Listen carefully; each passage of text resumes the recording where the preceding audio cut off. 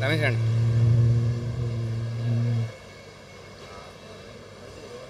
ವ್ಯಾಖ್ಯಾಮುದ್ರಾಂ ಕರಸರಸಜೈಃ ಪುಸ್ತಕಂ ಶಂಖಚಕ್ರೆ ಬಿಭ್ರದ್ಭಿನ್ನಸ್ಫಟಿಕರುಚಿರೆ ಪುಂಡರೀಕೆ ನಿಷಣ್ಣಃ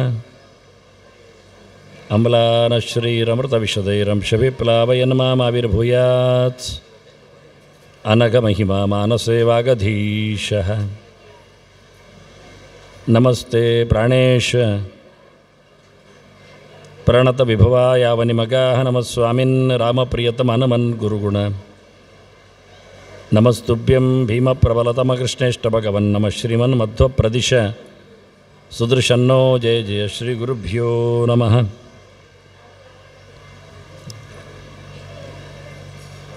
ಏಷೋಗ್ನಿಸ್ತಪತ್ಯೇಷ ಸೂರ್ಯಃ ಏಷ ಪರ್ಜನ್ಯೋ ಮಘವಾನೇಷಃ ವಾಯುರೇಷ ಪೃಥಿವೀರೈಃ ದೇವಃ ಸದಸಚ್ಚಾಮೃತಂಚ ಯತ್.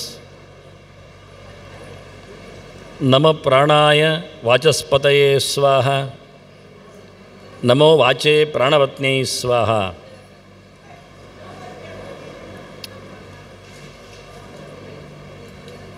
ಪ್ರಾಣಚಿಂತಕರಿಗೆ ವಂದನೆಗಳೊಂದಿಗೆ ಪ್ರಾಣಸ್ತುತಿಯ ಅನುಸಂಧಾನವನ್ನು ಇವತ್ತಿನಿಂದ 10 ದಿನಗಳ ಕಾಲ ಅದಾಗಲೇ ದಶಹರ ಅಂತ ಸಂಭ್ರಮದ ಮಹಾಲಕ್ಷ್ಮಿಯ ಉತ್ಸವ ಪರ್ವಕಾಲ ಆರಂಭವಾಗಿದೆ.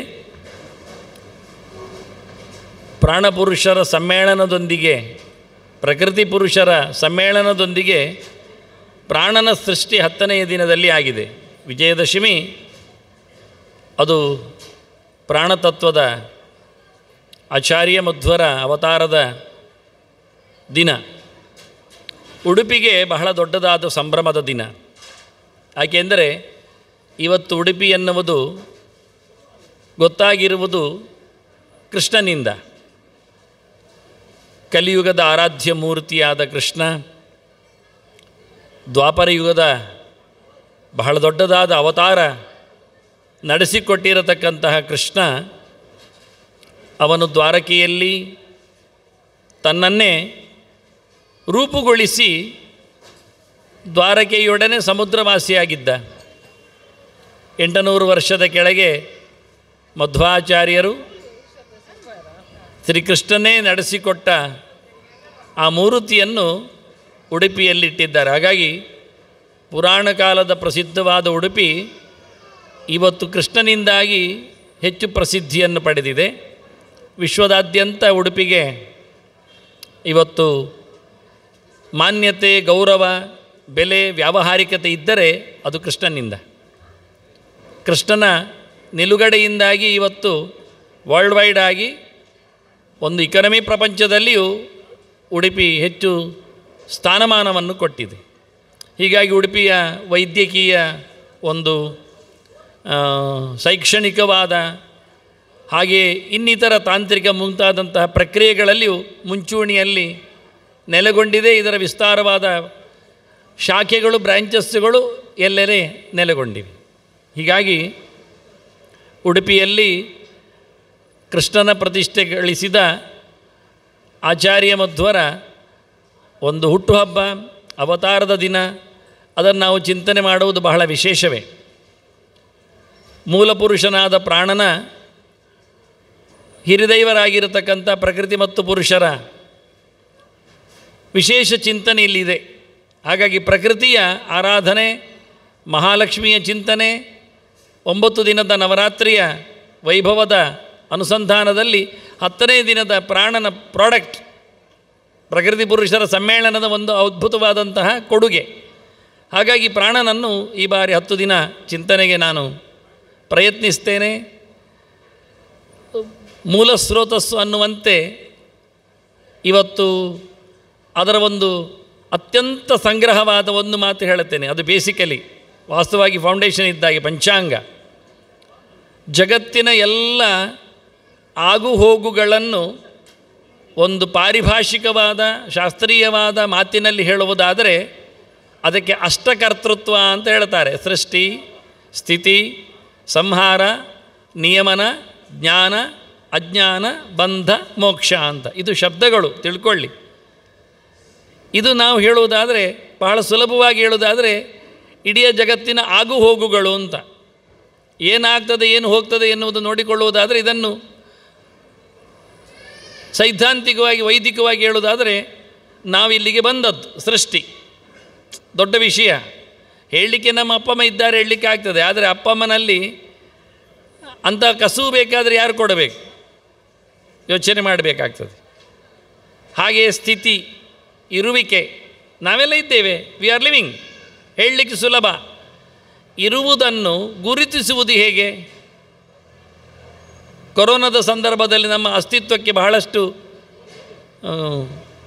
ಸ್ಪರ್ಧೆಗಳಿದ್ದವು, ಹೋರಾಟಗಳಿದ್ದವು. ಯಾಕೆಂದರೆ ಉಸಿರಾಟಕ್ಕೆ ತೊಂದರೆ ಇತ್ತು. ಆಗ ಆಕ್ಸಿಜನ್ನಿಗೆ ಭಾರಿ ರೇಟ್ ಇತ್ತು, ಕೊಟ್ಟರು ಕೆಲಸ ಆಗ್ತದೆ ಅಂತ ಇಲ್ಲ. ಹಾಗಾಗಿ ಸ್ಥಿತಿ ಅಂದರೆ ಉಸಿರಾಟ ಅಂತ ಅರ್ಥ ಮಾಡಿಕೊಂಡ್ರೆ ಅದರ ಪೂರ್ಣವಾದಂಥ ತತ್ವ ಅದು ಪ್ರಾಣ ಅಂತ ಅರ್ಥ ಆಗ್ತದೆ.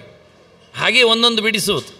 ಸೃಷ್ಟಿ ಆಯಿತು, ಸ್ಥಿತಿ ಆಯಿತು, ಸಂಹಾರ, ಸತ್ತಿತು, ನಾಶ ಆಯಿತು, ಹೋಯಿತು ಹೇಳುವುದು ಯಾಗ, ಉಸಿರು ನಿಂತಾಗ.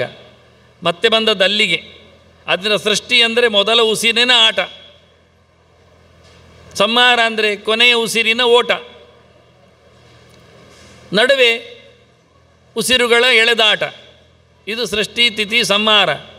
ಮತ್ತು ನಿಯಮನ, ಕಂಟ್ರೋಲ್. ಆ ಬಳಿಕ ನಮಗೆ ಅರಿವು ಸಿಗುತ್ತದೆ, ಜ್ಞಾನ, ನಾಲೆಜ್.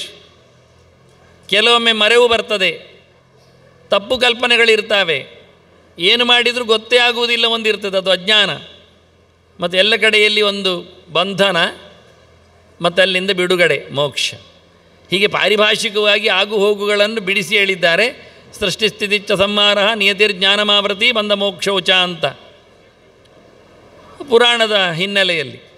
ಈ 8ರ ಗಂಟು, ಅದರ ಹರವೇ ನಮ್ಮ ಒಂದು 8-10 ದಿನದ ಚಿಂತನೆಯಲ್ಲಿ ಬರತಕ್ಕ ಸಂಗತಿಗಳಾಗಿ ಪ್ರಾಣರೂಪಗಳ ಒಂದು ಪ್ರಾತ್ಯಕ್ಷಿಕೆ. ಮುಖ್ಯವಾಗಿ 5 ಪ್ರಾಣರೂಪಗಳು ಪಂಚಪ್ರಾಣರು ಅಂತ ಪ್ರಸಿದ್ಧ. ಪ್ರಾಣ, ಅಪಾನ, ವ್ಯಾನ, ಉದಾನ, ಸಮಾನ ಅಂತ. ಇವರಿಗೆಲ್ಲ ಬೇಕಾದಷ್ಟು ಕೆಲಸ ಉಂಟು ದೇಹದಲ್ಲಿ. ಅವರಷ್ಟೇ ಅಲ್ಲದೆ ಇನ್ನೂ 5 ಜನ ಇದ್ದಾರೆ, ಅದು ಮತ್ತೆ ನೋಡುವ.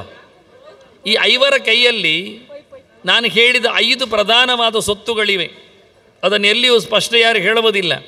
ಅದಕ್ಕೆ ನಾನಿವತ್ತು ಅದನ್ನು ಬೇಸಿಕಲಿ ಅಂತ ಹೇಳಿ ತೋರಿಸಿಕೊಡ್ತಾ ಇದ್ದೇನೆ. ಉದಾನನು ಉತ್ಪತ್ತಿಯಲ್ಲಿ, ಸೃಷ್ಟಿಯಲ್ಲಿ ಕೆಲಸ ಮಾಡ್ತಾನೆ. ಆನಂತರ ವಿಶೇಷವಾಗಿ ಸ್ಥಿತಿಯನ್ನು ಸಮಾನನು ನಡೆಸಿಕೊಡ್ತಾನೆ. ಇದೆಲ್ಲ ಕೇಳಲಿಕ್ಕೆ ಮಾತ್ರ ಆಗ್ತದೆ, ಮೊದಲಿಗೆ ಬಿಡಿಸಿಕೊಂಡು ಒಳಗೋದಾಗ ಮಾತ್ರ ಅರ್ಥಪೂರ್ಣ ಆಗ್ತದೆ. ಇವತ್ತು ಶಬ್ದಕ್ಕೆ ಶಬ್ದ ಸಿಗ್ತದೆ ಅಷ್ಟೇ. ಉತ್ಪತ್ತಿಗೆ ಉದಾನನಿದ್ದಾನೆ, ಸಮಸ್ಥಿತಿಗೆ ಸಮಾನ ಬರ್ತಾನೆ ಅಂತ. ಸಂಹಾರಕ್ಕೆ ಅಪನಯನನು, ಅಪಾನನು ಇದ್ದಾನೆ. ನಿಯಮನಕ್ಕೆ ವಿಶಿಷ್ಟವಾಗಿ, ವಿವಿಧವಾಗಿ, ವಿಚಿತ್ರವಾಗಿ, ವಿವಿಧೆಡೆಯಲ್ಲಿ ವ್ಯಾನನು ನೆಲೆಗೊಂಡಿದ್ದಾನೆ. ಹೀಗೆ 4 ಅಂಶಗಳಲ್ಲಿ 4 ಜನರು ಬಂದರೆ, ಇದರಲ್ಲಿ ನಮಗೆ ಹೆಚ್ಚು ಬೆಲೆ ಬಾಳತಕ್ಕ ಸಂಗತಿ ಯಾವುದು ಅಂದರೆ ಜ್ಞಾನ, ಅರಿವು. ಎಲ್ಲರಿಗಿಂತ ಜಾಸ್ತಿ ಬೋಧ ಎನ್ನುವುದು ಮನುಷ್ಯನಿಗೆ ಇರಬೇಕಾತ್ತು. ಅದನ್ನು ಪಡೀಲಿಕ್ಕೆ ಪೂರ್ಣನಾದವ, ತುಂಬಿಸಿಕೊಡುವವ, ಆ ಲೆವೆಲಿನಲ್ಲಿ ನಮ್ಮನ್ನು ಚೇಷ್ಟೆಗೊಳಿಸುವವ. ನಾವು ಓದುವುದು ಕಡಿಮೆ, ಸುಮಾರಾಗಿ ಒಂದು 20-25 ವರ್ಷದವರೆಗೆ ಓದ್ತಾರೆ, ಪರೀಕ್ಷೆ ಕಟ್ತಾರೆ, ಡಿಗ್ರಿ ಪಡಿತಾರೆ. ಅದು 5ರಿಂದ 10ರಿಂದ ಶುರುವಾಗುತ್ತೆ, ಸ್ವಲ್ಪ ವೇಗವಾಗಿ ಓದುವಿಕೆ. ಅಲ್ಲಿಗೆ ಮುಗಿದೋಗ್ತದೆ.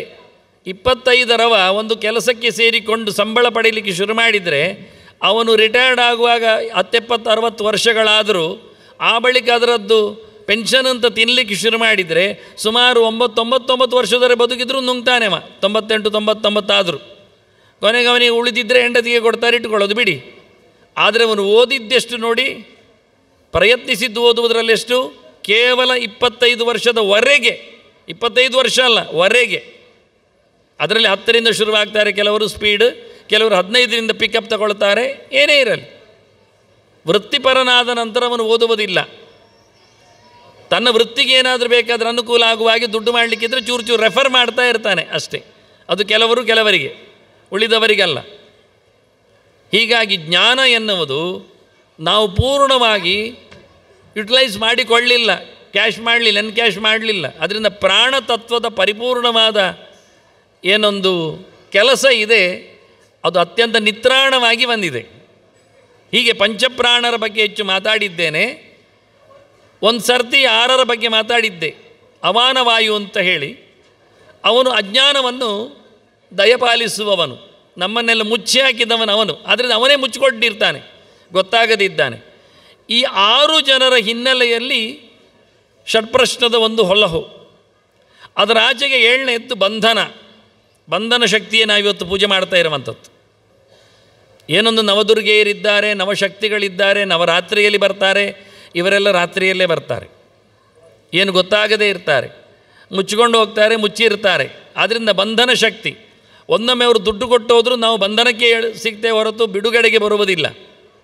ಇನ್ನಷ್ಟು ಕಚ್ಚಿಕೊಳ್ಳುತ್ತೇವೆ, ಹಚ್ಚಿಕೊಳ್ಳುತ್ತೇವೆ, ಮೆಚ್ಚಿಕೊಳ್ಳುತ್ತೇವೆ. ಆದ್ದರಿಂದ ಬಂಧಪ್ರದಳಾದವಳು ಪ್ರಕೃತಿ, ಮೋಕ್ಷಪ್ರದನಾದವನು ನಾರಾಯಣ. ಹೀಗೆ ಪ್ರಕೃತಿ ಪುರುಷರ ಒಂದು ಮೇಳನದಲ್ಲಿ, ಸಮ್ಮೇಳದಲ್ಲಿ ಪ್ರಾಣತತ್ವದ ಗಂಟು ಇದೆ. ಹೀಗಾಗಿ 6ರ ಸೊತ್ತು ಈರ್ವರಲ್ಲಿ ನೆಲೆಯಾಗಿ ಆರಂಭದಿಂದ ಕೊನೆವರೆಗೆ, ಬಂಧ ಎನ್ನುವುದು ಆರಂಭ, ಮೋಕ್ಷ ಎನ್ನುವುದು ಕಡೆ. ಹಾಗಾಗಿ ಬಂಧ ಮೋಕ್ಷಗಳ 2 ತೀರದಲ್ಲಿ 6 ತತ್ವಗಳ ಪ್ರಾಣನ ಚಿಂತನೆ, ಇದು ನಿಜವಾಗಿ ಅಷ್ಟ ವೈಭವಗಳು. ಇದು ಆರಂಭದಲ್ಲಿ ನಾನು ಹೇಳಿದ್ದು ಇನ್ನು ಇಲ್ಲಿ ಕೂತವರಿಗೆ ಮಾತ್ರ ಕೇಳಲಿಕ್ಕೆ ಅಂತಲ್ಲ, ಎಲ್ಲೋ ಕೂತ್ಕೊಂಡು ಕೇಳುವವರಿಗಾಗಿ ಇನ್ನು ನಾಳಿನವರೆಗಿನ ಉಪನ್ಯಾಸಗಳಲ್ಲಿ ಅದರ ಹರಹು ತೋರಿಸಿಕೊಡಲಿಕ್ಕೆ ಉಂಟು. ಅದಕ್ಕೋಸ್ಕರ ಹೇಳಿಬಿಟ್ಟು ಏನಪ್ಪ ಬಂದಿದೆ. ಈಗಾಗಲೇ ನನ್ನನ್ನು ಸ್ವಾಗತಿಸಿಕೊಳ್ಳುವಾಗಲೇ ಮೈತೋಷಾಚಾರ್ಯನಿಗೆ ಸಂಶಯ ಬಂದಿತ್ತು, ಎಂತ ಹೇಳಲಿಕ್ಕೆ ಉಂಟು, ನೀವು ಎಂತ ಹೇಳ್ತೀರಿ ಅಂತ ಹೇಳೋದು. ನಾನು ಏನು ಹೇಳು ಮಹಾರಾಯ ಅಂದೆ. ಅಲ್ಲ, ನಾನೊಂದು ಹೇಳೋದು ನೀವೊಂದು ಹೇಳೋದಾದರೆ ಇರಲಿ ನೋಡುವ ಅಂದೆ. ಹೀಗಾಗಿ ಏನು ಹೇಳ್ತಾರೆ ಅಂತ ಗೊತ್ತಿಲ್ಲ. ನವರಾತ್ರಿಗೆ ಮತ್ತು ಪ್ರಾಣನಿಗೆ ಎತ್ತಡ ಸಂಬಂಧ ಅಂತ ಜನರಿಗೆಲ್ಲ ಭಾರಿ ಚಿಂತನೆ ಬಂದಿದೆ. ಅದಕ್ಕೋಸ್ಕರ ಎಲ್ಲಿದ್ದೇವೆ ನಾವು ಹೇಳಿತ್ತು, ನಮ್ಮ ಆಗು ಹೋಗುಗಳಿಗೆಲ್ಲ ಅತ್ತ ಇತ್ತ ನೆಲೆಗೊಂಡ ಪ್ರಕೃತಿ ಪುರುಷರ ನೆಲೆಯಲ್ಲಿ ಪೂರ್ಣವಾದ ನಮ್ಮ ಸ್ರೋತಸ್ಸು ನಿಂತದ್ದೇ ಪ್ರಾಣನಲ್ಲಿ, ಉಸಿರಿನಲ್ಲಿ. ಹಾಗಾಗಿ ಇವತ್ತು ಎಂದು ಶುರುವಾಗಿ 10 ದಿನಗಳ ಕಾಲ ಉಸಿರಿನ ದೇವತೆಯ ಕೆಲವು ಹೆಸರುವಾಸಿಯಾದ ಪ್ರಸಂಗಗಳ ಬಗ್ಗೆ ಒಂದು ಕಡೆಯಲ್ಲಿ ಬಂದಂತೆ ಮಾತಾಡುತ್ತೆ.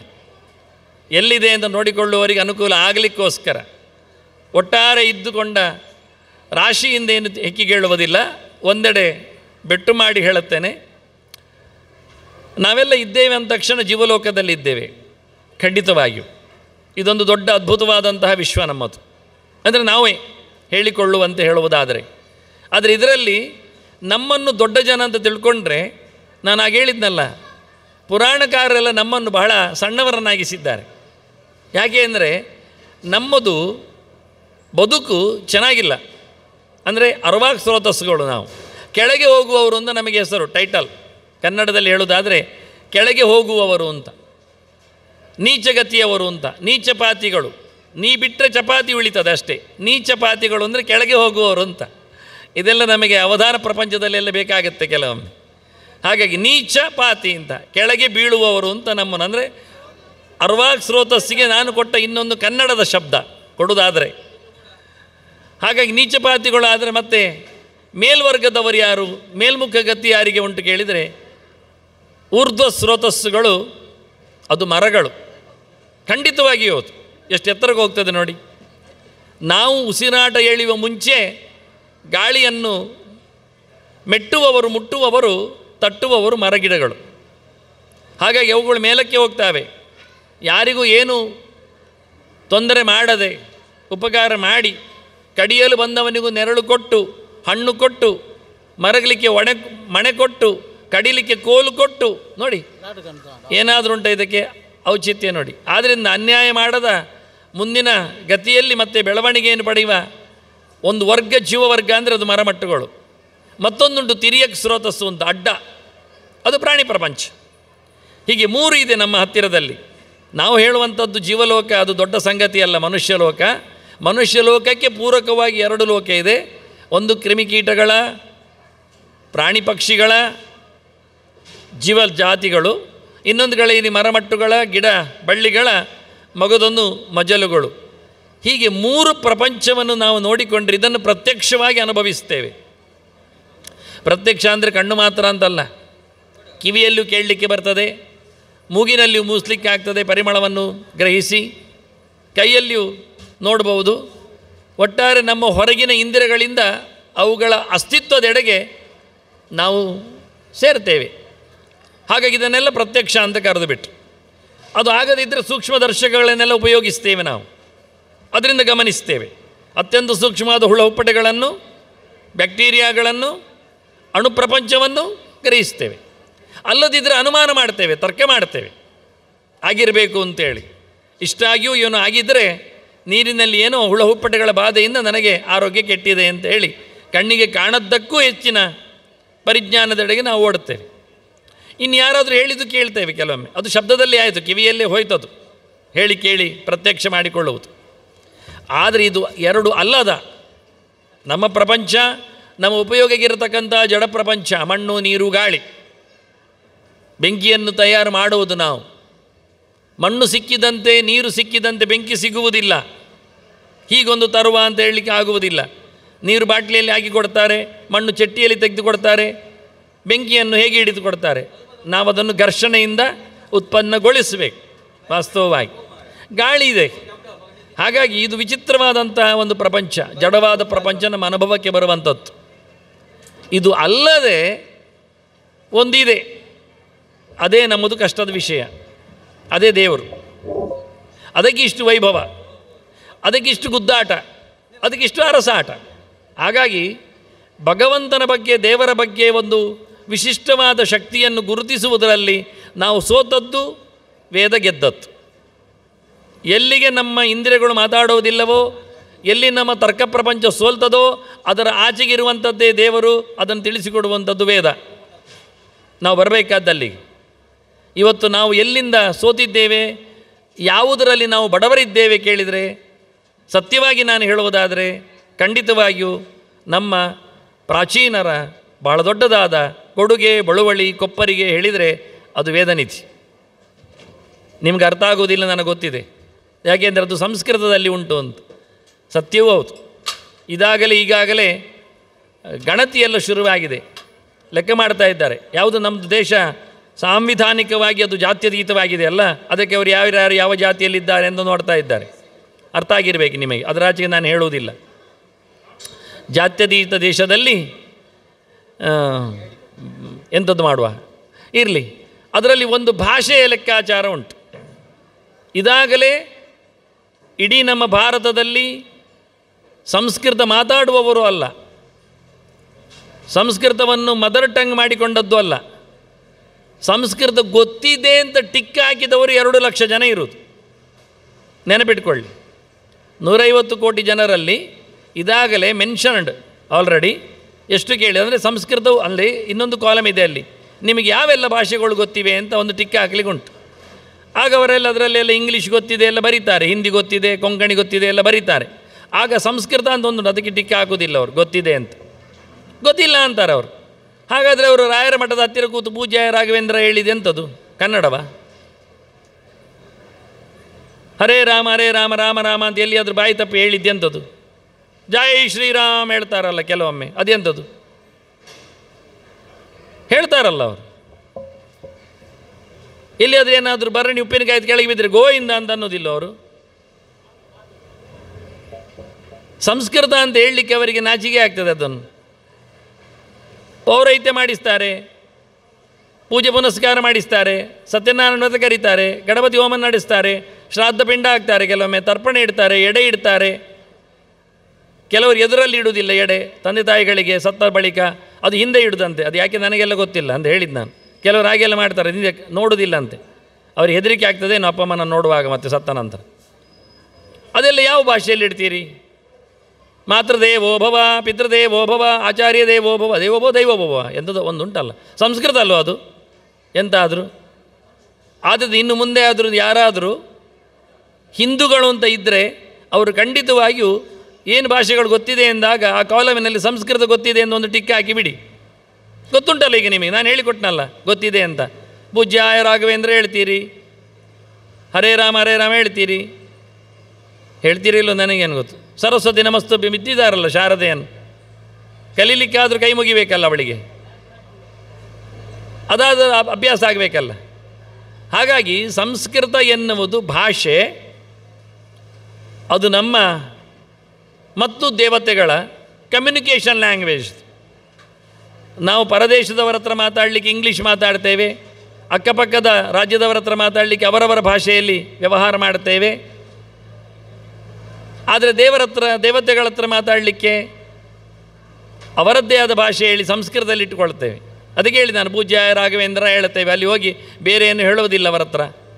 ಬೇರೆ ಯಾವುದೋ ಶ್ಲೋಕವನ್ನು ಅಥವಾ ನಮ್ಮ ಪದ್ಯವನ್ನು ಟ್ವಿಂಗಲ್ ಟ್ವಿಂಗಲ್ ಲಿಟಲ್ ಸ್ಟಾರ್ ಹೇಳಿಕೊಂಡೇ ಕೈ ಮುಗಿಯುವುದಿಲ್ಲ ಅವರಿಗೆ.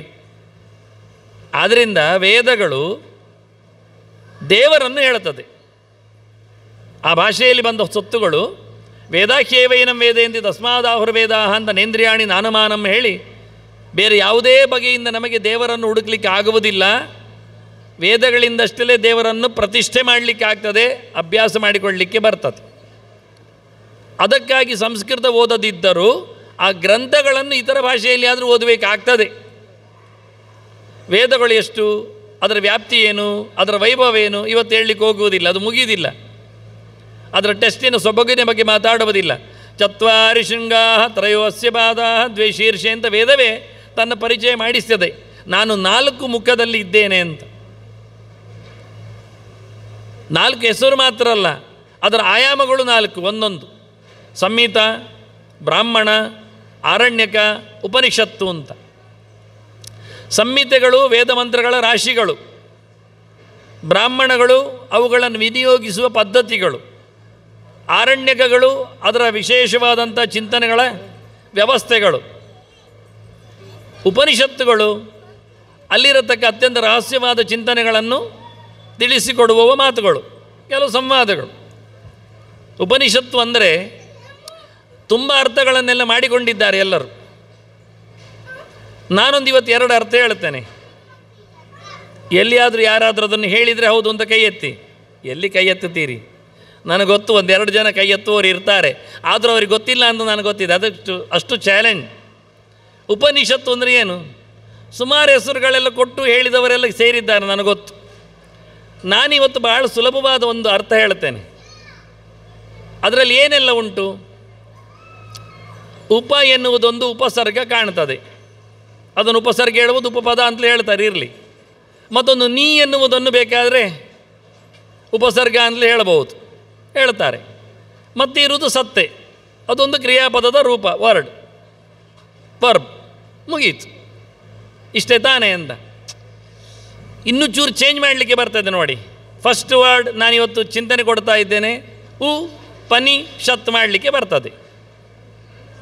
ಇದು ಪನಿ ಅಂತ ಯಾರು ಮಾಡಲಿಲ್ಲ ಇವತ್ತಿನವರೆಗೆ, ಅದಕ್ಕೆ ನಾನು ಹೇಳ್ತಾ ಇದ್ದೇನೆ ಪನಿ ಮಾಡ್ಬೋದು ಅಂತ. ಪನಿ ಅಂದರೆ ಎಂಥದ್ದು? ಪನಿ ಅಂದರೆ ತುಳುವಿನಲ್ಲಿ ಉಂಟು, ಇತ್ತೆ ವರ್ಷ ಪನಿ ಬರ್ಪುಣು ಅಂತ. ಪನಿ ಅಂದರೆ ಬಿಂದು ಅಂತ ಅರ್ಥ. ಅದನ್ನು ಕನ್ನಡ ತದ್ಭವ ಮಾಡುವಾಗ ಹನಿ, ಈಗ ಅರ್ಥ ಆಯ್ತು ನಿಮಗೆ. ಹನಿ ಅಂದರೆ ಇಂಗ್ಲೀಷ್ ಹನಿ ಅಲ್ಲ, ಜೇನು ಅಲ್ಲ, ಹನಿ ಹನಿಯಾಗಿ ಮಳೆ ತೊನೆದಿದೆ, ಅದು ಕನ್ನಡದಲ್ಲಿ ಹೇಳುವಾಗ. ತುಳುವಲ್ಲಿ ಪನಿ ಬರೋಂತುಂಡು ಹೇಳ್ತಾರೆ. ಪನಿ ಎನ್ನುವುದು ಹನಿ, ಅದು ಪಕಾರಕ್ಕೆ ಹಕಾರ ಎನ್ನುವುದು ಮಾಮೂಲಿ. ಹೆಣ್ಣು, ನವರಾತ್ರಿಯ ವೈಭವದ ಕಣ್ಣು, ಅದು ತುಳುವಿನಲ್ಲಿ ಪೆಣ್ಣು. ಹಳೆಗನ್ನಡನ್ನು ಆಗಿಟ್ಕೊಂಡಿದ್ದಾರೆ, ಪೆಣ್ಣು ಪೆಣ್ಣೆಂದೇತಕೆ ಅಂತ ಹೇಳಿಕೊಂಡು ಹೇಳ್ತಾರೆ.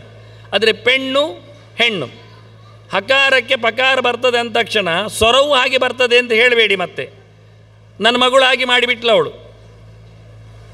ಅವಳು ತುಳುವಿನಲ್ಲಿ ಈ ಧೂಮಕ್ಕೆ ಪುಗೆ ಅಂತಾರೆ. ಪುಗೆ ಅದು ಸಾಮಾನ್ಯ ತುಳು ಭಾಷೆಯವರು ಹೇಳ್ತಾರೆ, ವಿಚಿತ್ರವಾಗಿ ಹೇಳ್ತಾರೆ ಪುಗೆ ಅಂತ.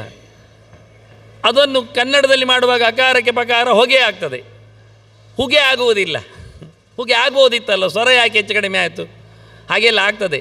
ನಾವು ಹೆಣಕ್ಕೆ ಪುಣ ಅಂತೇವೆ, ಪುಣ ಹೋಗಿ ಹುಣ ಆಗಬೇಕು, ಅದು ಬಿಟ್ಟು ಹೆಣ ಮಾಡಿದ್ದಾರೆ ಅವರು. ಹೆಣ್ಣಿಗೆ ಪೆಣ್ಣು ಮಾಡಿದ್ದಾರೆ, ಎಲ್ಲ ಕಡೆ ಸ್ವರ ಆಗಿರ್ತದೆ ಎಂದಿಲ್ಲ. ಹಾಗೆ ಅಕಾರ ಪಕಾರಗಳಲ್ಲಿ ನಾವೀಗ ಉಪನಿಷತ್ತಿಗೆ ಬರುವ, ಅಲ್ಲಿ ಪನಿ ಉಂಟು. ಪನಿ ಅಂದರೆ ಚೂರು ಅಂತ ಅರ್ಥ, ಬಿಂದು. ಬಿಂದು ಸತ್. ಅಂದರೆ ಉತ್ತಮನಾದವನು ಅಂತ ಅರ್ಥ. ಅಂದರೆ ಉಚ್ಚ, ಅದು ಗೊತ್ತು ಎಲ್ಲರಿಗೆ. ಅಂದರೆ ದೇವರು ಅಂತ ಮಾಡಿದ್ದಾರೆ. ಹೂ ಅಂದರೆ ಅತ್ಯಂತ ಎತ್ತರದವನು, ಆಶ್ಚರ್ಯ ವಸ್ತುವನ್ನು ಹೂ ಅಂತ ಹೇಳುವುದು ಕ್ರಮ. ಉಚ್ಚನಾದವನು, ಅತ್ಯಂತ ಎತ್ತರದಲ್ಲಿ ಕೂತವನು, ಅವನು ಹೂ, ಅವನದ್ದು ಪನಿ ಒಂದು ಚೂರು ಸತ್ ಇದೆ ಅಂತ. ಪನಿ ಅಂದರೆ ತುಳು ಅಲ್ಲ, ಮತ್ತು ಇದೆಂತ ಮಾರ ನೀವು ತುಳು ಕನ್ನಡ ಸಂಸ್ಕೃತ ಎಲ್ಲ ಒಟ್ಟು ಮಾಡ್ತೀರಿ ಹೇಳಬೇಡಿ. ಪನಿ ಸಂಸ್ಕೃತ, ಪಣ ವ್ಯವಹಾರ ಪಣಸ್ತುತ ಧಾತುವಿನೆಲ್ಲ ಇರುವಂಥದ್ದು. ಪನಿಹಿ, ಪಾನೀಯ, ಪಾನಿ ಎಲ್ಲ ಬಂದದ್ದು, ಪಾನಕ ಎಲ್ಲ ವರ್ಡಾದದ್ದು ಅಲ್ಲಿಂದ. ಪಣ ಮಾತ್ರ ವ್ಯವಹಾರ ಅಲ್ಲ, ಆಪಣದಂತೆ ವಿಪಣದಂತೆ ಅಲ್ಲ, ಇದು ಬೇರೆ ವರ್ಡ್. ಹಾಗಾಗಿ ಪನಿ ಅಂದರೆ ಚೂರು ಅಂತ ಅರ್ಥ ಸಂಸ್ಕೃತದ್ದು, ಬಿಂದು ಅಂತ ಅರ್ಥ. ಅದೇ ಹನಿ ಆಗೋದು ಕನ್ನಡದ್ದಲ್ಲದು ಸಂಸ್ಕೃತದ್ದೇ ಇರಲಿ. ಅದರದ್ದು ಉಪನಿ ಸತ್, ಉಚ್ಚನಾದ ಭಗವಂತನ ಅತ್ಯುತ್ತಮವಾದ ಚಿಂತನೆಯು ಒಂದು ಸ್ವಲ್ಪವಾಗಿ ಎಲ್ಲಿ ಅಡಗಿದೆಯೋ ಅದು ಉಪನಿಷತ್. ಪೂರ ಸಿಗುವುದಿಲ್ಲ, ಒಂದು ಚೂರು ಟೇಸ್ಟಿಗೆ ಮಾತ್ರ. ಇದು ಒಂದು ಅರ್ಥ. ಇನ್ನೊಂದು ಅರ್ಥ ಹೇಳ್ತೇನೆ, ಸಾಕು, ಎರಡೇ, ಮತ್ತೆ ಉಳಿದದ್ದೆಲ್ಲ ನಿಮ್ಗೆ ಗೊತ್ತಿರ್ತದೆ ಎಂದು ಬಿಡ್ತೇನೆ. ಅದು ಎಲ್ಲಿ ತೆಗಿಬೋದು. ಅಂದರೆ 4-6 ಅರ್ಥಗಳನ್ನು ಶಂಕರಾಚಾರ್ಯರು ಕೊಟ್ಟಿದ್ದಾರೆ. ಒಂದು 2-3 ರೀತಿಯಲ್ಲಿ ರಂಗರಾಮಾನುಜರು ತೆಗೆದಿದ್ದಾರೆ. ರಾಮಾನುಜರ ಪ್ರಕ್ರಿಯೆಯಲ್ಲಿಯೂ ಆಚಾರ್ಯರ ಪರಂಪರೆಯಲ್ಲಿಯೂ ಮಧ್ವಾಚಾರ್ಯರ ಪರಂಪರೆಯಲ್ಲಿ ಎಷ್ಟೋ ಮುಖದ ಆಯಾಮಗಳು ಬಂದಿವೆ. ಅದಕ್ಕಿಂತ ಭಿನ್ನವಾದ 2 ಆಯಾಮಗಳಲ್ಲಿ ತಮ್ಮ ಮುಂದೆ ಇವತ್ತು ಒಂದು ಹೇಳಿ ಆಯಿತು. ಇನ್ನೊಂದು ಹೇಳುತ್ತೇನೆ. ಹೂ ಎನ್ನುವುದೊಂದು ಅಕ್ಷರ, ಪಾ ಎನ್ನುವುದೊಂದು ಪ್ರತ್ಯೇಕವೇ ಅಕ್ಷರ, ನೀ ಎನ್ನುವುದೊಂದು ಪ್ರತ್ಯೇಕವೇ ಅಕ್ಷರ. ಇದು ಉಪಸರ್ಗಗಳು ಎಲ್ಲ ಅಲ್ಲ, ಏಕಾಕ್ಷರ ಕೋಶಗಳೆಲ್ಲ ಮಾತಾಡ್ತವೆ ವಾಸ್ತವವಾಗಿ ಅದನ್ನು.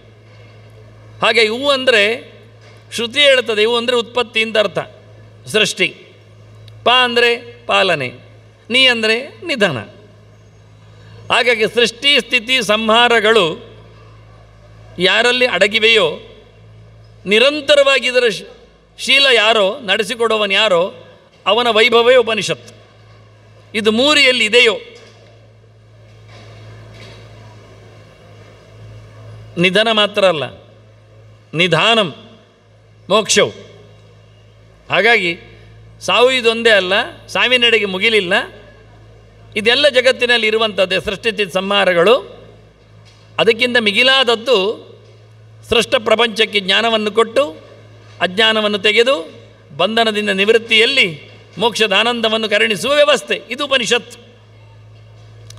ಹೀಗೆ ಉಪನಿಷತ್ತುಗಳು ಸಾಕಷ್ಟು ಸಾಕು. 2 ವಿಶೇಷವಾದ ಆಯಾಮಗಳಲ್ಲಿ ನಾವು ಉಪನಿಷತ್ತನ್ನು ಈಗ ನೋಡಿಕೊಂಡ್ರೆ ಒಂದು ಚೂರು ದೇವರ ಎಚ್ಚರವನ್ನು ಮಾಡಿಕೊಳ್ಳಿಕ್ಕೆ ಆಗ್ತದೆ. ದೇವರ ಎಚ್ಚರ ಎನ್ನುವುದು ನಮ್ಮ ಎಲ್ಲ ಆಗು ಹೋಗುಗಳಿಗೆ ಕಾರಣವಾಗಿದೆ. 2ಅನ್ನಿಟ್ಟುಕೊಂಡು, ಅದಕ್ಕೆ ನಾನು ಬೇಸಿಕಲಿ ಮಾತಾಡ್ತೇನೆ ಅಂತ ಮೊದಲೇ ಹೇಳಿದ್ದು. ಇದು ಸ್ವಲ್ಪ ಹತ್ತಿರದಲ್ಲಿ ದೇವರ ನಂತರದಲ್ಲಿ ಪ್ರಾಣನಿಗೂ ಅನ್ವಯ ಆಗ್ತದೆ. ಆದ್ದರಿಂದಲೇ ಹೆಚ್ಚು ಜನರು ಕೇಳುವುದು ಪ್ರಾಣ ಅವನ ವೈಭವ ಎಲ್ಲಿ ಇದೆ ಅಂತ. ಎಲ್ಲ ಕಡೆ ನೋಡಿದರೆ ಯಾರ್ಯಾರದ್ದೋ ತಪಸ್ಸು, ಯಾರ್ಯಾರದ್ದೋ ಸಂಹಾರ. ಈ ವಾಯುದೇವರದ್ದು ಕೇಳುವುದಿಲ್ಲ, ಕಾಣುವುದೇ ಇಲ್ಲ. ಅವನಿಗೆ ಒಡ್ಡೋಲಗವೂ ಇಲ್ಲ, ಪ್ರವೇಶವೂ ಇಲ್ಲ, ಅವನು ದಿಗಣಾಗಿದ್ದು ಕಾಣುವುದಿಲ್ಲ. ಹಾಗೆ ಎಲ್ಲಿದ್ದಾನೆ? ಯಕ್ಷಲೋಕದಲ್ಲಿ ಅಂತೂ ಪ್ರಾಣ ಸಿಗುವುದೇ ಇಲ್ಲ ನಮಗೆ ಎಲ್ಲಿಯೂ ಸಹ. ಅದು ಒಂದೊಮ್ಮೆ ಎಲ್ಲಿಯಾದರೂ ಸಿಕ್ಕರೆ ಭೀಮನ ಪೌರುಷದಲ್ಲಿ ಬಂದರೆ ಖಾಲಿ ಒಂದು ದಪ್ಪ ಮೀಸೆ ಹಾಕ್ತಾರೆ, ದೊಡ್ಡ ಹೊಟ್ಟೆ ಮಾಡಿರ್ತಾರೆ, ಗಡದ್ದು ಗದೆ ಇಟ್ಕೊಂಡು ಬರ್ತಾನವ, ಬೊಬ್ಬೆ ಹಿಡಿದು ಹೋಗುದು, ಅಲ್ಲಿ ಮುಗಿಯಿತು. ಅದಕ್ಕಿಂತ ದುರ್ಯೋಧನನ ವಾಸಿಯಿಂದ ಹೆಚ್ಚು ಜನ ಎಲ್ಲ ಹೊರಗೆ ಹೋಗುವಾಗ ದುರ್ಯೋಧನ ಪ್ಯಾನ್ಗಳಾಗಿ ಹೋಗುವುದೇ ಜಾಸ್ತಿ ಜನ. ಅರ್ಥ ಆಗೋದು ಭಾಳ ಕಡಿಮೆ ನಮಗೆ. ಆದ್ದರಿಂದ ಪ್ರಾಣನನ್ನು ಪ್ರತಿಷ್ಠೆ ಮಾಡಿದ ಉಪನಿಷತ್ತು ನಿಗೂಢವಾಗಿ ನಾವು ನೋಡುವುದಾಗಿದ್ದರೆ ಇವತ್ತೊಂದು 10 ದಿವಸಗಳ ಕಾಲ ಅವನನ್ನು ಹುಡುಕಲಿಕ್ಕೆ ಬರ್ತದೆ. ಮುಖ್ಯವಾಗಿ ಉಪನಿಷತ್ತುಗಳು ಎಷ್ಟುಂಟು ಕೇಳಿದರೆ ಒಂದಿಷ್ಟುಂಟು. ಯಾಕೆಂದರೆ ಅದು ಬೆಳೀತಾನೆ ಉಂಟು. ನಾನೆಂತ ಹೇಳೋದು, ನಾನು ನೋಡಿದ್ದೆ ಸುಮಾರು ಒಂದು 300 ಉಪನಿಷತ್ತು ನೋಡಿದ್ದೇನೆ. ಬೇಕಾದ್ರೆ ಪಟ್ಟಿ ತರ್ತೇನೆ, ಪಟ್ಟಿಯಲ್ಲ ನಾನು ಮಾಡಿದ ನೋಟ್ಸೇ ಬೇಕಾದ್ರೆ ತಂದು ತೋರಿಸ್ತೇನೆ. ಎಲ್ಲ ಇವ್ರು ನೋಡಿದ್ದು ಹೌದಾ ಸುಳ್ಳು ಅಂತ ಹೇಳಿದರೆ. ಹೀಗಾಗಿ ಯಾವುದನ್ನು ಉಪನಿಷತ್ತು ಹೇಳೋದು? ಯಾಕೆಂದರೆ ಅಲ್ಲೋಪನಿಷತ್ತು ಒಂದುಂಟು, ಅದರಲ್ಲಿ ಅದಲ್ಲ ಉಪನಿಷತ್ತು. ನಮ್ಗೆ ಗೊತ್ತುಂಟು, ಅವರೇ ಹೆಡ್ಡಿಂಗ್ ಕೊಟ್ಟಿದ್ದಾರೆ ಅಲ್ಲೋಪನಿಷತ್ತು ಅಂತ. ಉಪನಿಷತ್ತು ಅಲ್ಲೋಪನಿಷತ್ತು ಆಗೋದು ಹೇಗೆ? ಏನಾದರೂ ಬಂದದ್ದು 2000 ವರ್ಷದ ಹಿಂದೆ, ಅದರ ಆಚೆಗೆ ಅಲ್ಲನೂ ಇಲ್ಲ ಇಲ್ಲನೂ ಇಲ್ಲ. ಹಾಗಿರುವಾಗ ಆದ್ದರಿಂದ ಇವೆಲ್ಲ ಕೃತಕ ಉಪನಿಷತ್ತು ಸೇರಿದೆ. ಪ್ರಧಾನವಾದದ್ದು 10, ಮುಟ್ಟುವಂಥದ್ದು ಮುಟ್ಟಿದ್ದು 10 ಉಪನಿಷತ್ತುಗಳು 4 ವೇದಗಳಲ್ಲಿ ಬಂದಿವೆ. ಋಗ್ವೇದಕ್ಕೆ ಸಂಬಂಧಪಟ್ಟಂತೆ ಐತರೇಯ ಉಪನಿಷತ್ತು ಭಾಳ ಚೆನ್ನಾಗಿದೆ. ಯಶಬಂತ ಅಂತ ಶುರುವಾಗುತ್ತೆ, ಇದು ದಾರಿಯಿಂದ ನಮ್ಮನ್ನು ಎಳಿತದೆ. ಹೌದಲ್ಲ ಅಂತ ಒಳಗೆ ಹೋಗಲಿಕ್ಕೆ ಸುಲಭ ಆಗ್ತದೆ. ಇಲ್ಲಿದೆ ದಾರಿ ಅಂತ ಕರೀತಾರೆ ಅವರು, ಅಂದರೆ ಅಡ್ವರ್ಟೈಸ್ಮೆಂಟ್ ಇದ್ದಾಗೆ. ಇರಲಿ, ಅದು ಐತರೇಯ ಋಗ್ವೇದಕ್ಕೆ ಸಂಬಂಧಪಟ್ಟಂತೆ. ಯಜುರ್ವೇದಕ್ಕೆ ಸಂಬಂಧಪಟ್ಟಂತೆ ಯಜುರ್ವೇದದಲ್ಲಿ 2 ಬಗೆ ಉಂಟು. ಬಿಳಿ ಯಜುರ್ವೇದ, ಕಪ್ಪು ಯಜುರ್ವೇದ ಅಂತ, ಕೃಷ್ಣ ಯಜುರ್ವೇದ, ಶುಕ್ಲ ಯಜುರ್ವೇದ ಅಂತ. ಒಂದೊಂದಕ್ಕೆ 2 ಉಪನಿಷತ್ತುಗಳು ಸೇರಿಕೊಂಡಿವೆ. ಈಶೋಪನಿಷತ್ತು ಒಂದು ಕಡೆಯಲ್ಲಿ, ಬೃಹದಾರಣ್ಯಕ ಒಂದು ಕಡೆಯಲ್ಲಿ, ಕಠೋಪನಿಷತ್ತೊಂದು, ತೈತ್ತಿರೀಯ ಉಪನಿಷತ್ತೊಂದು. ಹೀಗೆ 4 ವೇದಗಳು ಯಜುರ್ವೇದದಲ್ಲಿವೆ. ಸಾಮದಲ್ಲಿ ದೊಡ್ಡದೊಂದು ಛಂದೋಗ, ಸಣ್ಣದೊಂದು ತಲವಕಾರ, 2 ಇದೆ. ಅಲ್ಲಿಗೆ 4, 2, 6, 1, 7 ಆಯಿತು. ಇನ್ನು 3 ಬೇಕು. ಅದು ಅಥರ್ವದಲ್ಲಿ 3 ಇದೆ ವೇದಗಳು. 3 ಉಪನಿಷತ್ತುಗಳು ಅಥರ್ವದಕ್ಕೆ ಸಂಬಂಧಪಟ್ಟಿವೆ. ಒಂದು ಅಥರ್ವಣೋಪನಿಷತ್ತು, ಅದನ್ನು ಮುಂಡಕ ಕರೀತಾರೆ, ಮತ್ತೊಂದು ಮಾಂಡೂಕ, ಇನ್ನೊಂದು ಷಡ್ಪ್ರಶ್ನ.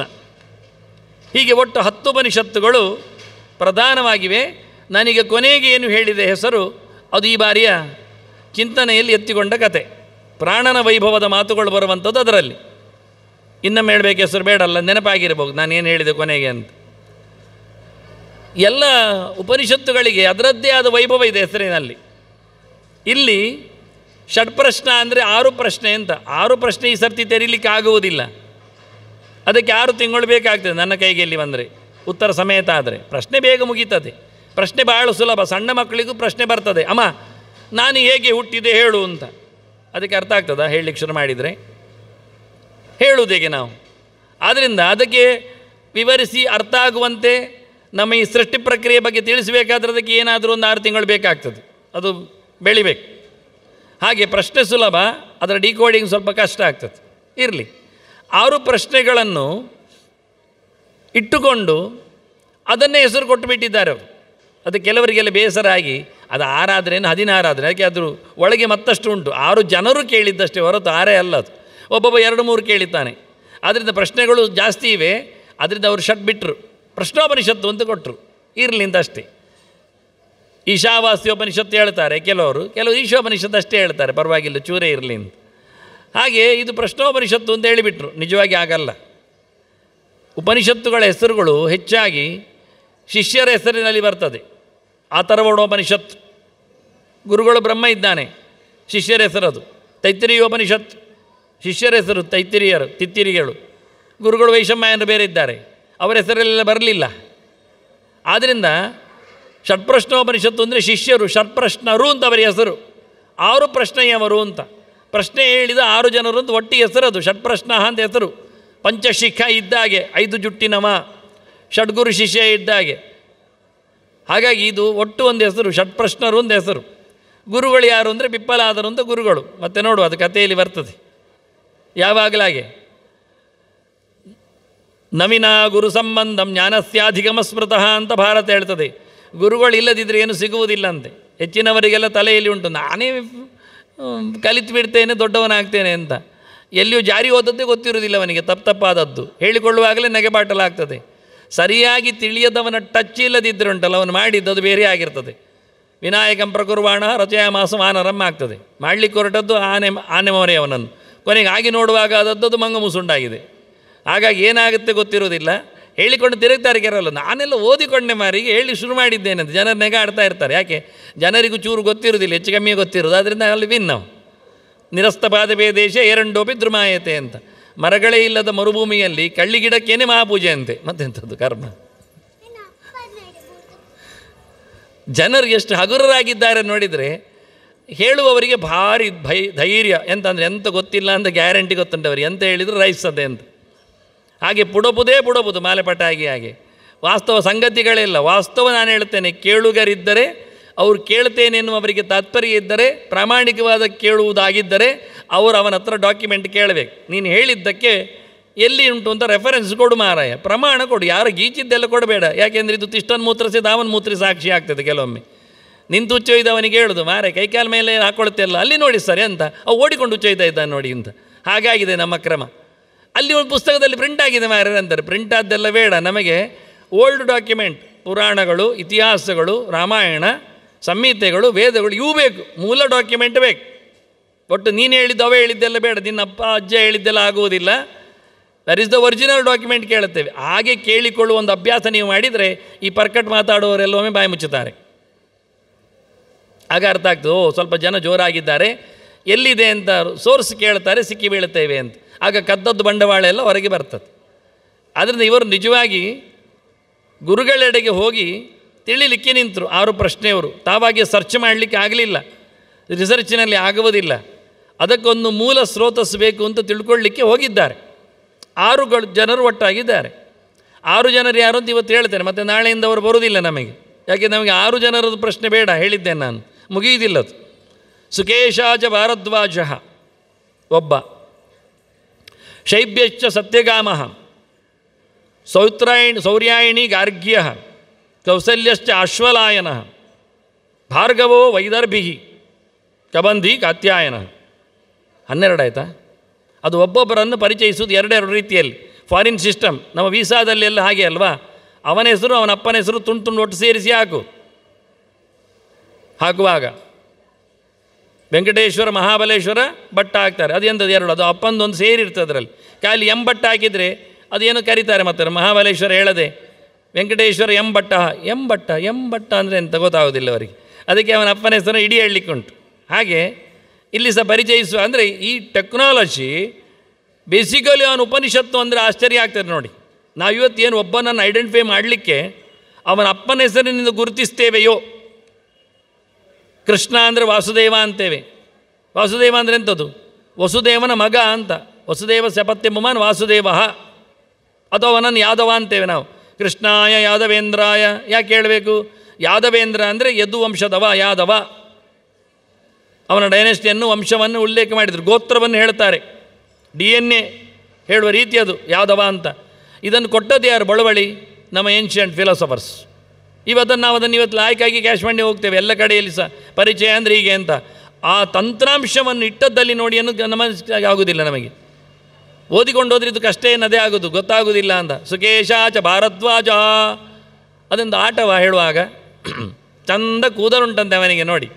ಇವತ್ತು ಅರ್ಥ ಹೇಳ್ತೇನೆ, ನಾಳೆ ಬೇಳೆ ಹೇಳ್ತೇನೆ, ಇವತ್ತು ಹೇಳಿರ್ತೇನೆ, ಮತ್ತು ಮುಂದೆ ನಾಳೆ ಬನ್ನಿ ಅಂತ. ಅದಕ್ಕೆ ಒಳ್ಳೆ ತಲೆ ಕೂದಲಿನವ, ಭರದ್ವಾಜ ಗೋತ್ರದವ ಅಥವಾ ಭರದ್ವಾಜನ ಮಗ.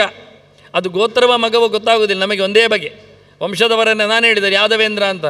ಯದುವಿನ ಮಗ ಎಷ್ಟು ಜನ ಆಗಿದ್ದಾರೆ? 30-40 ತಲೆಮಾರಿನ ಹಿಂದೆ ಉಂಟು. ಇವಾಗ ಕೃಷ್ಣ ಬಂದದ್ದು ವಸುದೇವನ ಮಗ ವಾಸುದೇವ. ಕೆಲವೊಮ್ಮೆ ಕೃಷ್ಣನನ್ನು ಶೌರಿಹಿ ಅಂತ ಕರೀತಾರೆ, ಶೂರಸೇನನ ಮಗನ ಮಗ, ಅಜ್ಜನ ಹೆಸರು ಹಾಕ್ತಾರೆ. ಹೀಗೆಲ್ಲ ಏನೇನು ಹಾಕ್ಲಿಕ್ಕೆ ಬರ್ತದೆ ಅದು ನಮಗೆ.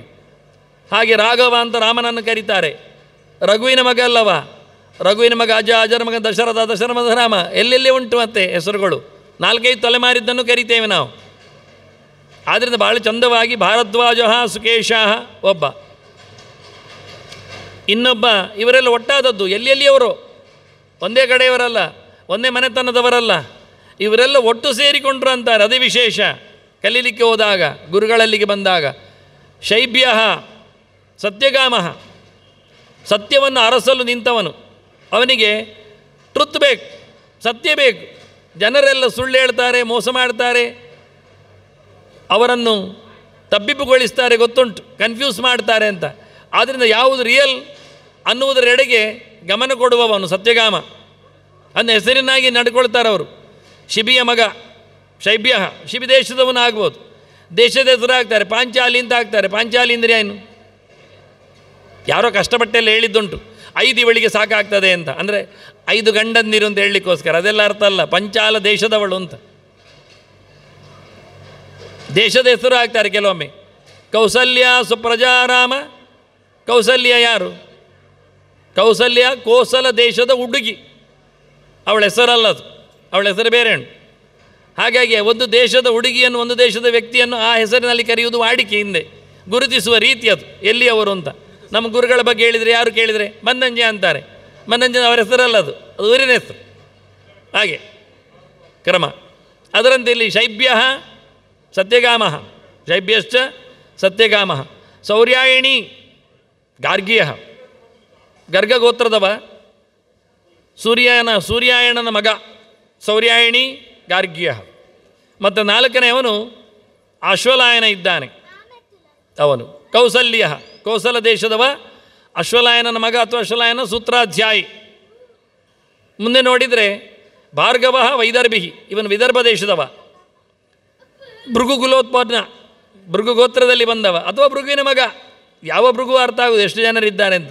ಹೆಸರು ಇವರದ್ದು ಹೆಚ್ಚು ಹೇಳುವುದಿಲ್ಲ. ಕೇಳಲಿಕ್ಕೆ ಬಂದದ್ದನ್ನು ಉಳಿಸಿಕೊಂಡಿದ್ದಾರೆ. ಏನು ಕೇಳಿದ್ದಾರೆ ದಾಖಲೆ ಮಾಡಿದ್ದಾರೆ. ಯಾರು ಕೇಳಿದ್ದಾರೆ ಹೆಸರು ಕೊಟ್ಟಿದ್ದಾರೆ. ಅದರಾಚೆಗೆ ಅವರ ವೈಭವಗಳು ಇಲ್ಲ. ಅದು ಕಲೀಲಿಕ್ಕಲ್ಲ ಮುಖ್ಯವಾಗಿ, ಅದು ದೊಡ್ಡದು ವಿಷಯ ಅಲ್ಲ ಅದು. ಕೊನೆಗೊಬ್ಬ ಕಬಂಧಿ ಕಾತ್ಯಾಯನ, ಸುಖದಲ್ಲಿರುವವ ಕಾತ್ಯಾಯನನ ಮಗ. ಇಷ್ಟು 6 ಜನ ಸೇರಿಕೊಂಡಿದ್ದಾರೆ. ಅವರು ಪಿಪ್ಪಲಾದ ನೆಡೆಗೆ ಬಂದಿದ್ದಾರೆ. ಪಿಪ್ಪಲಾದ ಅಂದರೆ ಗುರುಗಳು ಪಿಪ್ಪಲ ಅಂದರೆ ಅಶ್ವತ್ಥಕ್ಕೆ ಹೆಸರು.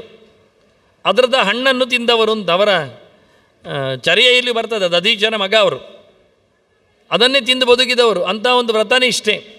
ಅಶ್ವತ್ಥದ ಹಣ್ಣು ತಿನ್ನಲಿಕ್ಕೆ ಬರ್ತದೆ ಅಂತ ನಮಗೆ ಗೊತ್ತಿಲ್ಲ, ಅವರಿಗೆ ಅದನ್ನು ಕೊಟ್ಟಿದ್ದಾರೆ ಪಿಪ್ಪಲಾದ ಅಂತ. ಆ ಗುರುಗಳ ಬಳಿಗೆ ಬಂದಿದ್ದಾರೆ. ಬರುವಾಗ ಅವರು ಹೇಗಿದ್ದಾರೆ, ನಾವೀಗ ಹೋಗಬೇಕಲ್ಲ ಗುರುಗಳ ಹತ್ತಿರ. ಅಂಥವ್ರು ಸಿಗದಿದ್ದರು, ಎಂತಾದರೂ ತಿನ್ನುವವರು ಸಿಗ್ತಾರಲ್ಲ, ಇರಲಿ ಅವರ ಹತ್ತಿರ ಹೋಗಲಿಕ್ಕೆ. ಯಾಕೆಂದರೆ ಒಳ್ಳೆಯದು ತಿನ್ನಿದರೆ ಆಹಾರ ಶುದ್ಧವು ಸತ್ವಶುದ್ಧಿ, ಸತ್ವಶುದ್ಧವು ಧ್ರುವಾಸ್ಪೃತಿ ಅಂತ ಕ್ರಮ. ಯಾರಿಗೆ ತಲೆ ನೆಟ್ಟಗಿರ್ತದೆ, ಚಿಂತನೆಗಳು ತುಂಬಿರ್ತವೆ ಅಂದರೆ ಆಹಾರ ಯಾರಲ್ಲಿ ಚೆನ್ನಾಗಿರ್ತದೆ ಅವರಲ್ಲಿಂತ ಕ್ರಮ. ಕೆಟ್ಟ ಆಹಾರ ತಿನ್ನುವವರಲ್ಲಿ ಒಳ್ಳೆಯ ವಿಷಯಗಳು ಬರುವುದಿಲ್ಲ, ಒಳ್ಳೆಯ ಮಾತುಗಳು ಇರುವುದಿಲ್ಲ. ಪರಿಣಾಮವಾಗಿ ಮನಸ್ಸಿಗೆ ಹೆಚ್ಚು ಪರಿಣಾಮ ಆಗ್ತದೆ. ಅದರಿಂದಾಗಿ ಅವನು ಅತ್ಯಂತ ಕ್ರೂರನಾಗ್ತಾನೆ, ಕರಾಳನಾಗ್ತಾನೆ. ಹಾಗಾಗಿ ಒಳ್ಳೆಯ ಸಾತ್ವಿಕವಾದ ಆಹಾರವನ್ನು, ಇದು ಕೃಷ್ಣನ್ ಹೇಳುವ ಥೆರಪಿ, ಸಾತ್ವಿಕ ಆಹಾರ ತಿನ್ನು ಅಂತ.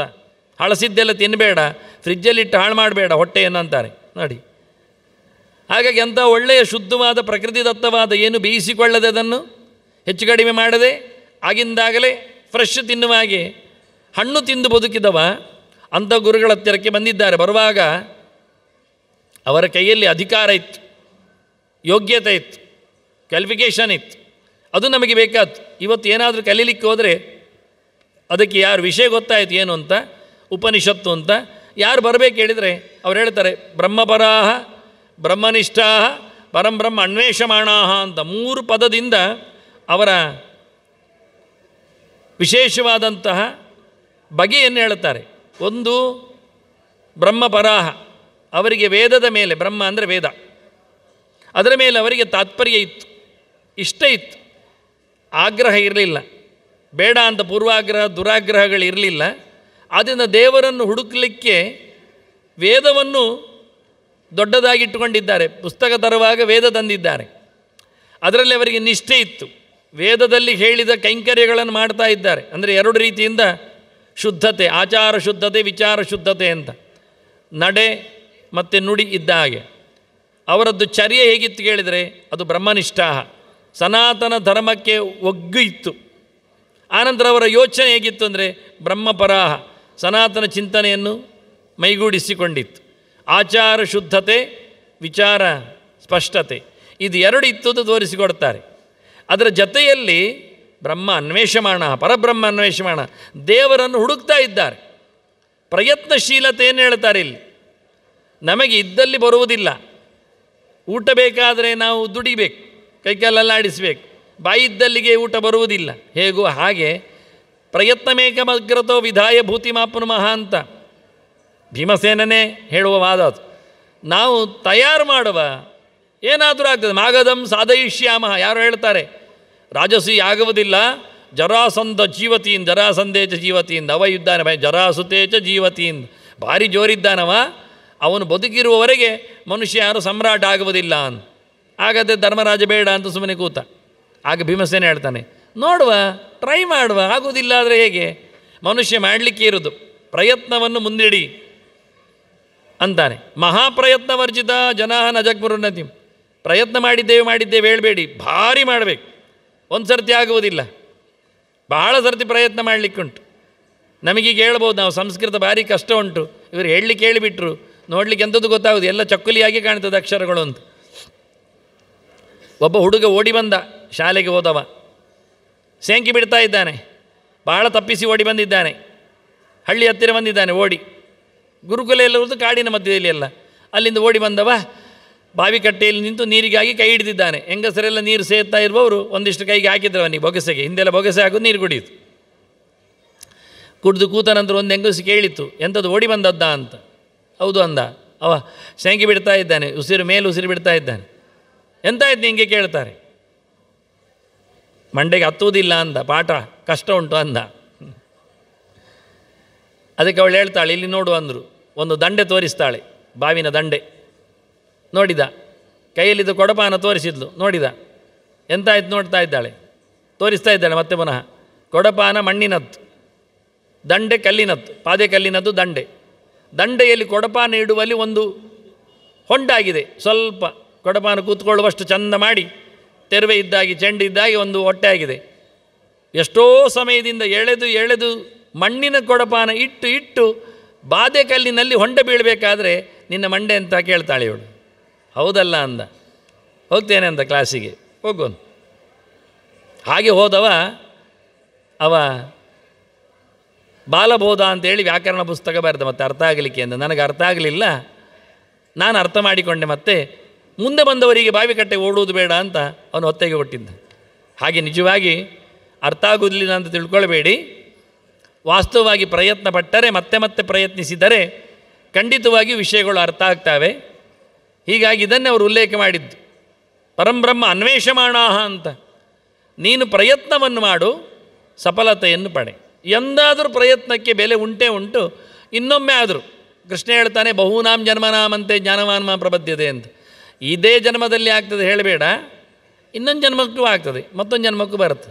ಈಗ ನಾವು ಮಾವಿನ ಗಿಡವನ್ನು ನೆಟ್ಟು ನೀರು ಹಾಕಿ ಪಾತಿ ಮಾಡಿ ಒಳ್ಳೆ ಬೆಳೆಸಿದರೆ, ನಮ್ಮ ಜನ್ಮದಲ್ಲಿ ತಿನ್ನಲಿಕ್ಕೆ ಮಾವಿನ ಹಣ್ಣು ಸಿಗದಿದ್ದರೂ ಮುಂದಿನ ಪೀಳಿಗೆಯವರಿಗೆ ಸಿಗುವ ಮೂಲಕ ಅವರೆಲ್ಲ ಯಾರಿಗೆ ಕೊಟ್ಟ ದಾನದ ಪುಣ್ಯ ಇವನಿಗೆ ಸಿಗ್ತದೆ, ಸದ್ಗತಿ ಆದವನಿಗೆ, ಮುಂದೋದವನಿಗೆ ಸಿಗ್ತದೆ. ಅದೇ ಕ್ರಮ. ಇವತ್ತು ನಾವು ತಿನ್ನುವುದು ನಮ್ಮ ಹಿರಿಯರು ನೆಟ್ಟದ್ದೇ, ಆದರೆ ನಾವು ನೆಟ್ಟದ್ದು ನಮ್ಮ ಮುಂದಿನವರೇ ತಿಂತಾರೆ. ಒಂದೊಮ್ಮೆ ಅರಳಿ ಮತ್ತೆ ನಾವೇ ಅದೇ ವಂಶದಲ್ಲಿ ಮತ್ತೆ ಹುಟ್ಟಿ ಬಂದರೆ ನಾವೇ ತಿನ್ಬೋದು. ಅದಕ್ಕಾಗಿ ಆದರೂ ನಡುವ, ನಾವೇ ತಿನ್ನಲಿಕ್ಕೋಸ್ಕರವಾದರೂ ನಾವು ಜನರಿಗೆ ಒಳ್ಳೆಯ ಪ್ರೊಡಕ್ಷನ್ ಕೊಡುವ, ಒಳ್ಳೆಯ ಕರ್ಮವನ್ನು ಮಾಡಿಡುವ, ಒಳ್ಳೆಯ ವ್ಯವಸ್ಥೆಯನ್ನು ನಡೆಸುವ, ಅದಕ್ಕಾಗಿ ಆದರೂ ನೋಡುವ. ಹಾಗಾಗಿ ಬಹಳ ಚಂದವಾಗಿ ಪ್ರಯತ್ನವನ್ನು ಹೇಳಿದರು. ಪ್ರಯತ್ನದ ಒಟ್ಟಿಗೆ ಬ್ರಹ್ಮನಿಷ್ಠಾ ಅಂತೇಳಿ ಅವನ ಯೋಗ್ಯತೆಯನ್ನು ಹೇಳಿದರು.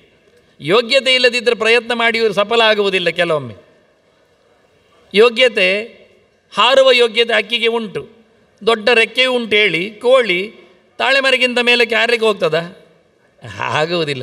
ಇಲ್ಲ, ಪ್ರಯತ್ನ ಪಡಿ ಮಾರ್ಯಾರು, ಪ್ರಯತ್ನ ಪಡಿ. ಕೋಳಿಗೆ ಎಂತ ಪ್ರಯತ್ನ ಮಾಡೋದು? ಆಗೋದಿಲ್ಲ. ಅಂದರೆ ರೆಕ್ಕೆ ಇದ್ದರೂ ಹಾರುವ ಯೋಗ್ಯತೆ ಒಳಗಿಂದ ಇಲ್ಲ ಅಂತಾದರೆ ಮೆಟೀರಿಯಲ್ಸ್ ಇದ್ದರೂ ಆಗುವುದಿಲ್ಲ. ಯೋಗ್ಯತೆ ಎನ್ನುವುದು ಬೇರೆ, ಇನ್ನು ಬಿಲ್ಟ್ ಅದು. ಅದರಿಂದ ಬ್ರಹ್ಮನಿಷ್ಠ ಯೋಗ್ಯತೆ ಬೇಕು, ತಕ್ಕಂತೆ ಪ್ರಯತ್ನ ಬೇಕು. ಪರಬ್ರಹ್ಮ ಅನ್ವೇಷಮಾಣ ಎರಡಿದ್ರೂ ಆಗುವುದಿಲ್ಲ. ಕೆಲವೊಮ್ಮೆ ಯೋಗ್ಯತೆ ಇದ್ದರೂ ಕೆಲಸ ಮಾಡಿದರೂ ಸಕ್ಸಸ್ ಆಗುವುದಿಲ್ಲ, ಯಾಕೆಂದರೆ ದೇವರ ಅನುಗ್ರಹ ಇಲ್ಲ. ಇಲ್ಲಿ ಬ್ರಹ್ಮ ಪರ ಬ್ರಹ್ಮ ಇವನಿಗೆ ಪರ, ಬ್ರಹ್ಮ ಇವನಿಗೆ ಪರ ಆಗಿದ್ದಾನೆ. ದೇವರು ಪರ ಆಗಿದ್ದರೆ ಯಾವ ಕೆಲಸವೂ ಅದು ಸಕ್ಸಸ್ ಆಗ್ತದೆ. ಆದ್ದರಿಂದ ಮೊದಲು ದೇವರ ಅನುಗ್ರಹ ಬೇಕು, ನಮ್ಮಲ್ಲಿ ಯೋಗ್ಯತೆ ಇರಬೇಕು, ಪ್ರಯತ್ನ ಆಗಲೇಬೇಕಾದಾಗ ಕೆಲಸ ಆಗ್ತದೆ ಹೇಳಲಿಕ್ಕೆ ಈ ಒಂದು ತ್ರಿಪುಟಿಯನ್ನು, ತ್ರಿಕೋಣ ಇವತ್ತಿನ ನವರಾತ್ರಿಯ ಒಂದು ಯಂತ್ರ. 3 ಬೇಕು ಎನ್ನುವುದು ತ್ರಿಕೋಣದ ಅರ್ಥ. ಎಲ್ಲ ನವರಾತ್ರಿಯ ಅಂಗಳದಲ್ಲಿ ಆಗುವ ಪೂಜೆಗಳೆಲ್ಲ ತ್ರಿಕೋಣದಲ್ಲಿ ನಿಲ್ತದೆ, ಮಧ್ಯೆಯಲ್ಲಿ ಬಿಂದು ಇರ್ತದೆ. ಹಾಗಾಗಿ ಆ ತ್ರಿಕೋಣ ಏನು ಕೇಳಿದರೆ, ಒಂದು ಯೋಗ್ಯತೆ, ಅದು ದತ್ತವಾದಂತಹ ವಿಶೇಷವಾದ ಅವನದ್ದೇ ಆಗಿರತಕ್ಕ ವಸ್ತು, ಅದಕ್ಕೆ ಅನುಗುಣವಾಗಿ ಭಗವಂತನ ಅನುಗ್ರಹ, ಅದರೊಟ್ಟಿಗೆ ನಾವು ಮಾಡತಕ್ಕ ಪ್ರಯತ್ನ. 3 ಒಟ್ಟಾದರೆ ಅದು ಸಕ್ಸಸ್, ಪೂಜೆ ಆಗ್ತದೆ. ಇಲ್ಲ ಆದರೆ 3 ಕಡೆ ಹೋಗ್ತದೆ. ಹಾಗಾಗಿ ಅಂತಹ ತ್ರಿಕೋಣ ಅದು ನಾವಾಗಲಿ ಅಂತ ಹೇಳ್ತಾ ಇವತ್ತಿನ ಉಪನ್ಯಾಸ ಭಗವಂತನಿಗೆ ಸಮರ್ಪಿಸಿ ನಾಳೆ ಮತ್ತೆ 5:15ಕ್ಕೆ ಸೇರುವ ವಂದನೆಗಳೊಂದಿಗೆ ಶ್ರೀಕೃಷ್ಣ ನಾರಾಯಣ ನಾರಾಯಣ ನಾರಾಯಣ.